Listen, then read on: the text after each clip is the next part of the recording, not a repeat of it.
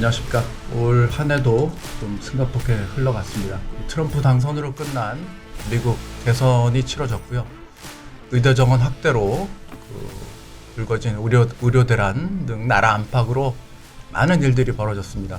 이 채널 뉴시스에서는 올 한 해를 되돌아보면서 연말 특집 부먹뉴스 키워드로 살펴보는 2024년을 준비했습니다. 올 한 해 누구보다도 바빴던 두 분 부장님 모셨습니다. 최명수 국제부장님 어서 오십시오. 네, 안녕하십니까. 이진우 금융증권 부장님 나와주셨습니다. 안녕하십니까. 올 한 해 다들 바쁘시게 보내셨는데 어떻게 보내셨습니까? 정신이 없었죠. 연초부터 올해는 이제 슈퍼 선거의 해 아닙니까? 네. 게다가 또 전쟁도 있고 또 최근에 또 이슈까지 숨 돌릴 틈이 없었습니다. 네. 부장님 어떻게? 네, 저희도 국제부와 함께 매우 바빴습니다. 그러니까 전체적으로 국제 쪽이 많이 흔들리면 다 연동되니까요. 금융 쪽 시장도 국내 금융 쪽 시장도 많이 흔들리고 그렇죠. 좋은 뉴스보다는 좋지 않은 뉴스가 좀 많았던 해였던 것 같습니다. 숨가쁘게 지나갔던 2024년 올 한 해 키워드를 통해서 24년을 한번 정리하는 시간 갖도록 하겠습니다. 먼저 국제부장님께서 핵심 키워드 먼저 첫 번째 거 공개해 주시죠. 그래서 첫 번째 특히 그 핵심 키워드를 뽑기 참 어렵지 않습니까? 네네. 그 숱하게 쏟아지는 국제 뉴스 중에 어떤 걸 뽑아내야 될지 고민을 했습니다. 그래서 챗 GPT 인공지능에 네. 힘을 빌어서 몇 가지 이제 물어봤습니다. 몇 차례 질문을 했습니다. 네. 그래서 올해 5가지 키워드를 먼저 뽑아라. 네. 그러니까 이제 그 중에 제가 이제 2개를 좀 뽑았습니다. 네네. 그 첫 번째가 이제 일렉션 선거. 네. 앞서도 말씀드렸습니다. 올해가 이제 슈퍼 선거의 해이기 때문에 그렇습니다. 네. 선거라는 화두가 그러니까 세계 각국에서 국민들의 선택이 이루어졌죠. 선택의 결과가 또 어떻게 이어지는지 그런 것이 좀 참 흥미로웠던 그런 한 해였던 것 같습니다. 미국 대선이 있었고 한국에서도 총선이 있었고요. 네. 올해 있었군요. 그리고 러시아에서도 이제 대통령 선거가 있었죠. 네. 또 일본도 총리 선거가 있었고. 네. 보니까 74개국 정도에서 진짜 선거가 많네요. 치러졌습니다. 그러니까 슈퍼 선거의 해라고 일컬어질만 하죠. 총 유권자 수가 42억 명에 달합니다. 올해 선거를 그렇죠. 투표에 참여한 인원이 참여한 인원이 전 세계 인구의 그렇죠. 상당수가 올해 투표를 다 했군요. 그러니까 첫 번째 선거가 이제 1월 13일 기억하시겠습니다만 대만 총통 선거가 있었고요. 네네. 2월 달에 인도네시아 대선 총선, 그다음에 3월 달에 러시아 대선, 4월에 한국의 총선, 11월에 미국 대선. 이렇게 해서 세계 각국들의 선택이 국제 뉴스를 주로 장식했죠. 일단 주요 선거 결과는 이제 좀 이따 좀 알려드리고요. 네. 먼저 가장 큰 미국 대선 먼저. 네. 네. 가장 해볼까요? 관심은 미국 대선이죠. 그렇죠. 네. 한 달여 전이죠. 11월 5일 이제 선거가 치러졌고 그 다음 날 예상과 달리 빨리 저희도 이제 생중계를 했습니다만 네. 결과가 나왔죠. 도널드 트럼프 대통령이 제47대 미국 대통령으로 당선됐습니다. 선거 유세 과정에서 피격을 당하면서도 싸우자 하면서 주먹을 쥔 장면 시청자 여러분도 기억하실 겁니다. 네. 귀붕대를 하고 유세하는 모습 그리고 상대 후보가 바뀌면서 엎치락뒤치락했던 지지율 여러 가지 이제 잘 보셨을 텐데요. 그러나 박빙의 승부를 많은 사람들이 예상했는데 네. 결국 예상과 달리 7개 경합주에서 완승을 거뒀죠. 네. 트럼프 당선인은 당선된 뒤에 자기의 가족과 사돈, 충성파 인사들을 이제 백악관과 행정부 주요 직책에 지명을 했죠. 이를 두고 노벨 경제학상 수상자인 폴 크루그먼 교수가 이를 단순한 정실 인사가 아니다. 정실 자본주의다. 크로니 캐피탈리즘이다. 라고 비판을 했습니다. 집권 초기의 정책적 충격도 당연히 예상이 되죠. 자유무역 체제를 뒤흔드는 신고립주의, 즉 트럼피즘이 네. 확산될 것이고요. 관세 폭탄에 따른 트럼플레이션이라고 하는 현상이 전 세계적으로 퍼질 것 같습니다. 전 세계는 물론이고 이제 미국 국내에도 충격을 줄 것이라는 분석도 나왔습니다.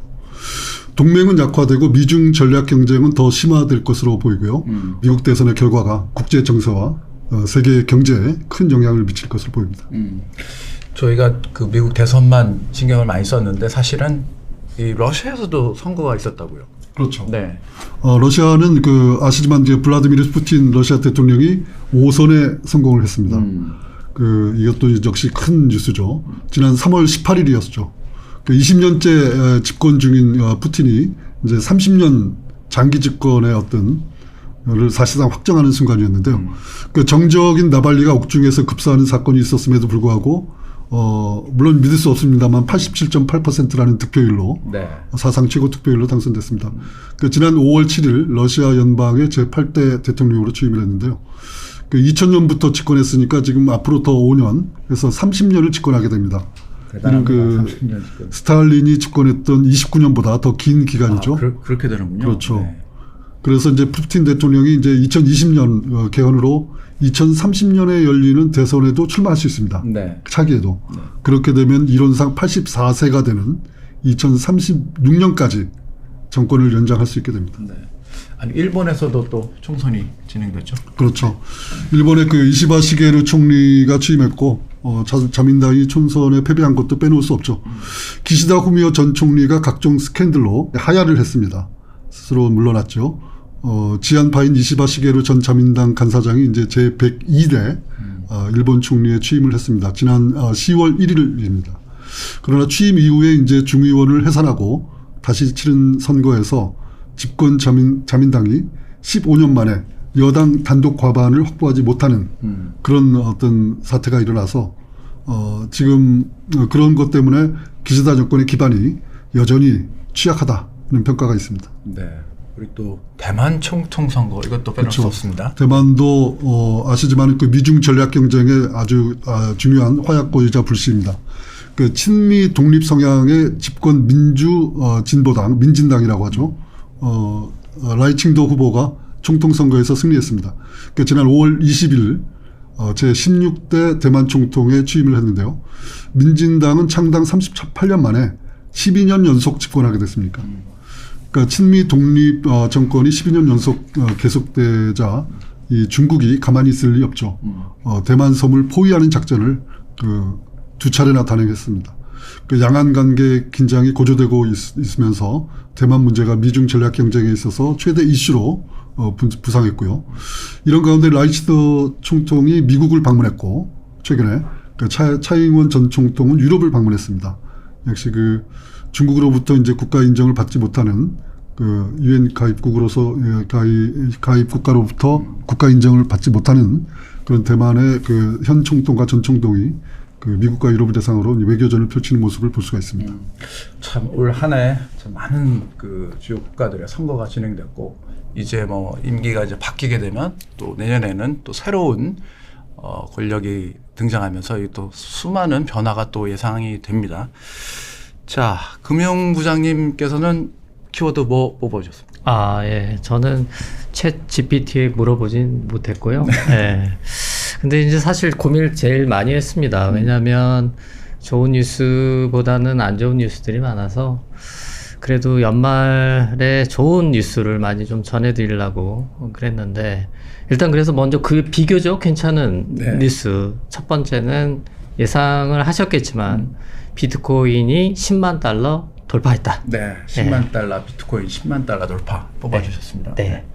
이 자리에서 예언도 하셨죠. 예언까지는 아니고요. 이제 긍정적인 얘기를 좀 했었는데 솔직히 이렇게까지 오를 줄은 몰랐습니다. 네. 그래서 일단 조금 간단히 설명을 좀 드리면 비트코인이 많이 오르게 된 제일 큰 이유는 아무래도 제도권의 변화라고 볼 수 있을 것 같습니다. 일단 비트코인 ETF가 허용이 됐다는 것, 그것이 결론적으로는 시장에 새로운 자금을 유입시키는 효과를 가져온 것 같습니다. 이제 예를 들어가지고 주식시장에서 이제 삼성전자를 산다. 그러면은 그냥 MTS에 들어가서 그냥 삼성전자라는 주식을 사면 됩니다. 그렇죠. 아주 심플하죠. 근데 이제 삼성전자는 잘 모르겠고 개별 기업은 잘 모르겠지만 반도체 쪽은 좀 좋은 것 같다. 그래서 반도체 기업을 사고 싶은데 이런 니드가 좀 있을 수 있잖아요. 그렇죠. 그러다 보니까 생겨난 게 ETF입니다. 이 ETF는 주식하고 똑같이 이 호가가 이렇게 나와서 바로 거래를 할 수 있습니다. 대신 예를 들어서 반도체 ETF라고 해서 거기에 삼성전자뿐만이 아니라 반도체와 관련된 몇 가지 종목들을 기업들을 집어넣어서 주로 그런 반도체 종목들의 움직임을 따라갈 수 있도록 이렇게 포장을 해놓은 그런 하나의 상품이 ETF입니다. 그러니까 예전에 펀드하고 개념은 비슷한데요. 펀드는 환매를 해야 되고 뭐 여러 가지 그 절차가 복잡하고 수수료율도 높은데 ETF는 그렇게 좋은 종목들을 모아놨는데 주식과 똑같이 바로 사고 팔고 할 수 있는 거죠? 예. 그래서 이제 그 주식 검색창에 이렇게 탁 이름을 치면은 바로 나옵니다. 그 삼성전자 뭐 이런 식으로 바로 나옵니다. 그래서 거래하기 쉽게 된 게 이제 ETF인데 비트코인이 들어간 ETF가 요번에 이제 허용이 된 겁니다. 이제 미국의 케이스고요. 그러다 보니까 어떤 일이 벌어졌냐면 이제 개인들도 사고 팔기가 편해지기도 했지만 사실은 기관들은 컴플라이언스라고 그래서 아무 자산이나 이렇게 사고 팔 수가 없습니다. 그렇죠. 자기네들이 리스크 관리 차원에서 할 수 있는 거, 할 수 없는 걸 나눠놨는데요. ETF는 가능합니다. 대다수의 기관들이. 그러다 보니까 이제 비트코인 ETF가 생기면서 많은 기관들이 실질적으로 비트코인을 살 수 있는 그런 여건이 된 거죠. 다시 얘기해서 주식과 뭐 어깨를 나란히 했다? 이렇게까지 표현할 수 있을 정도로 비트코인이란 자산이 이제 정식 자산으로 인정받은 한 해가 됐다. 그게 이제 가장 크게 비트코인의 가격을 높인 그 주된 원인이었던 것 같고요. 우리 국제부장님 나오셨지만 또 다른 가장 큰 원인 중에 하나가 트럼프입니다. 우리 뭐 사회자님도 몇 차례 저하고 뭐 그런 얘기 했지만 트럼프 대통령은 대표적인 친가상화폐, 친가상자산의 대표적인 사람이고요. 미국의 자산을 전략적으로 전략자산이라고 하는데 비트코인을 포함시키겠다라고 당선 전부터 얘기했던 사람이고요. 실제로 이제 당선 이후에 내각을 이제 구성하고 지명을 하고 있는데 그 내각의 그 면면 특히 대표적으로 일론 머스크죠. 예. 정부 효율부가 뭐 하는 곳인지 잘은 모르겠지만 야친 다찌라고 돼 있다. 네네네. 근데 이제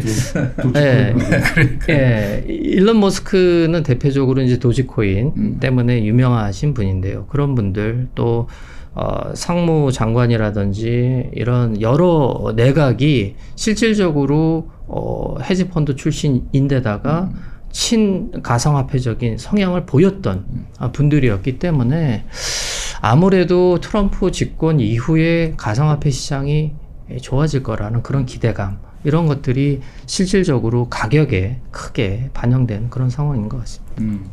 네, 그렇습니다. 올 한 해 코인, 특히 이제 비트코인을 빼놓고는 또 얘기할 수 없는 중요한 키워드를 골라주셨네요. 국장님 두 번째 키워드 소개해 주시죠. 그 두 번째 키워드를 제가 말씀드리기에 앞서서 그 시청자 여러분이 좀 궁금해하실 것 같아서 제가 챗GPT에 물어본 5가지 키워드가 뭔지 그게 뭡니까? 그걸 한번 좀 해보겠습니다.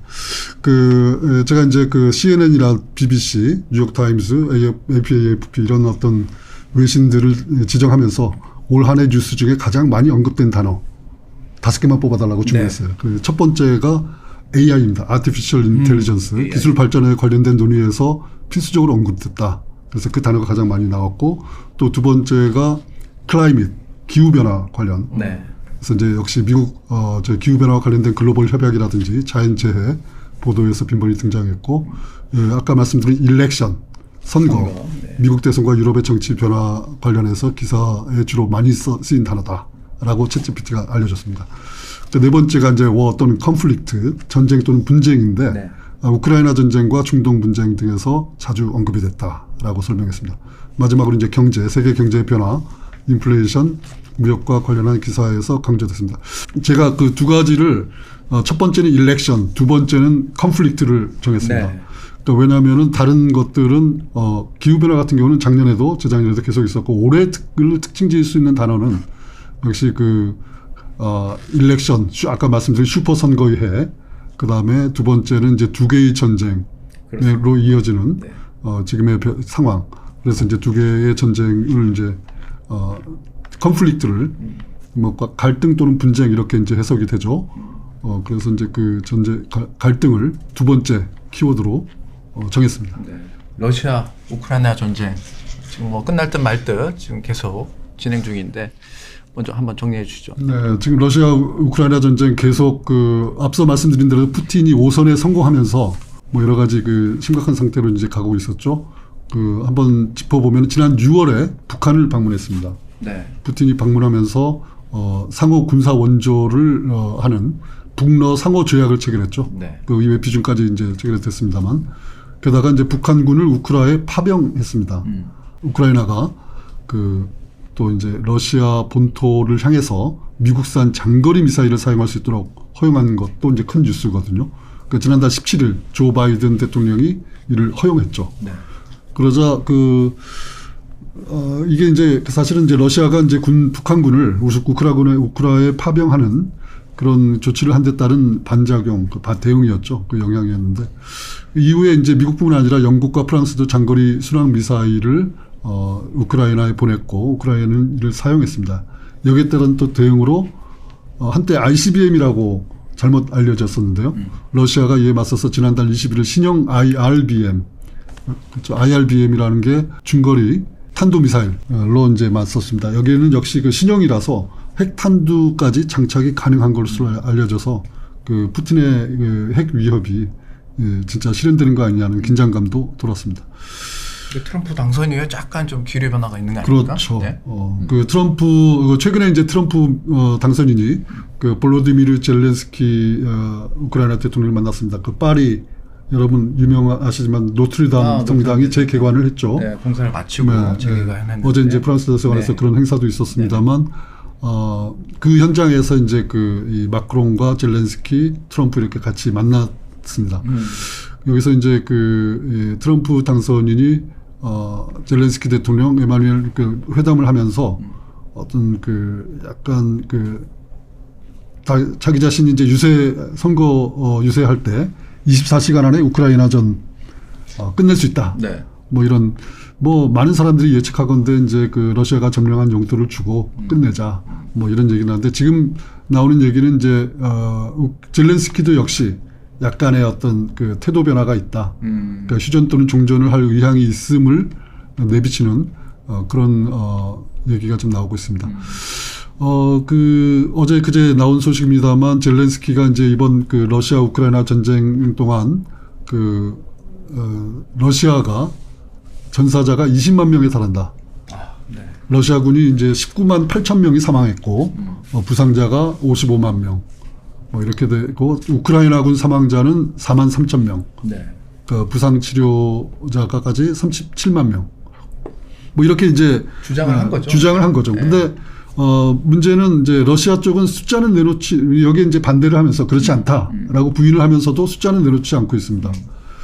그래서 이제 어떤 논란이 좀 있고 있는데 어쨌든 긴 전쟁 기간 동안에 이 많은 사상자들을 낸 그런 어떤 전쟁이었습니다. 말씀드린 대로 이 트럼프 당선인이 이제 어쨌든 젤렌스키가 평화를 원한다.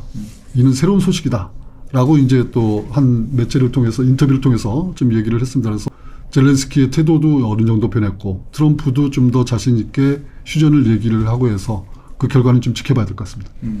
하마스 전쟁 이것도 빠뜨릴 수 없지 않습니까? 한번 정리를 해주시죠. 네, 이스라엘 하마스 전쟁에서도 휴전 논의가 이제 진행이 되고 있습니다. 이스라엘이 지난주 중재국인 이집트를 통해서 하마스의 새 휴전 협상안을 이제 전달했는데요. 협상안에는 이제 42일에서 60일 동안 일시적인 휴전을 한 다음에 하마스가 운영하고 있는 이스라엘 인질들, 특히 여성과 50대 이상 중환자들을 이제 우선 석방한다는 내용인데요. 대신 이스라엘은 이제 팔레스타인 수감자 수백 명을 석방하겠다는 그런 제안입니다. 이에 앞서서 이스라엘이 이제 지난달 27일부터 레바논의 무장 정파, 친이란 무장 정파인 헤즈볼라하고 60일간 휴전에 돌입은 했는데 여전히 이제 국지전이 계속 이어지고 있습니다. 이제 불안한 휴전 상태가 이어지고 있고요. 이런 가운데 시리아 반군 HTS 하야트 타흐리르 알샴이 지난 8일 수도 다마스쿠스를 점령했습니다. 그러니까 13년 넘게 이어져온 내전이 끝난 건데요. 네. 이슬람 수니파이자 온건파인 HTS가 승리하면서 중동 지역에 지형도 이제 바뀔 것 같습니다. 이제 그동안 이제 시리아의 그 알 아사드 정권을 지원해온 이란과 러시아가 가지고 있었던 중동 지역에 대한 영향력 이것이 이제 줄어들고 반면에 이제 HTS와 또 다른 반군인 SNA 즉 그 시리아 국가군 이런 반군들을 지원해온 튀르키예가 이 지역에서 영향력을 키울 가능성이 있어 보입니다. 금융부장님께서는 두 번째 키워드 어떤 거 선택해 보셨습니까? 네. 좀 뭐 안 좋은 소식이긴 한데 올해 증시가 좀 많이 안 좋았고요. 국내 증시. 그렇죠. 국내 증시. 예. 정확하게 말씀드리겠습니다. 한국 증시. 예. 한국 증시가 전 세계 증시에서 꼴찌인 네. 상황입니다. 그래서 일단 두 번째 키워드는 국장 탈출 신드롬. 오늘은 조금 뭐 증시가 반등을 하고 있지만 네. 어제 기준으로 이제 코스피, 코스닥 모두 연중 최저치를 기록했고요. 시가총액이 얼마가 감소를 했냐면 올해만 한 312조가 증발을 했습니다. 312조라는 그 규모가 어느 정도냐면 이 삼성전자가 대충 한 320조, 318조 뭐 이 정도 되거든요. 그러니까 올해만 삼성전자라는 큰 기업 하나가 그냥 날아간 거네요. 공중분해된 네. 그게 올해의 장을 그대로 표현하는 그 한마디의 상황인 것 같고요. 그것이 결론적으로는 우리 동학개미들의 이탈을 불러왔던 대표적인 이유인 것 같습니다. 그래서 요즘 뭐 국장 탈출은 뭐 지능순이다 뭐 이런 얘기까지 자조적인 얘기까지 나올 정도로 네. 상황이 좀 안 좋은 것 같고요. 근데 이제 여러 이유가 있겠지만 뭐 탄핵 정국과 조금 그 연결시켜서 하나를 설명을 드리면 이 금투세 문제가 사실은 올해 내내 증시의 발목을 잡았습니다. 이제 금투세라는 건 그냥 아주 심플하게 얘기해서 주식으로 돈을 벌었을 때 세금을 부과한다는 그거거든요. 네.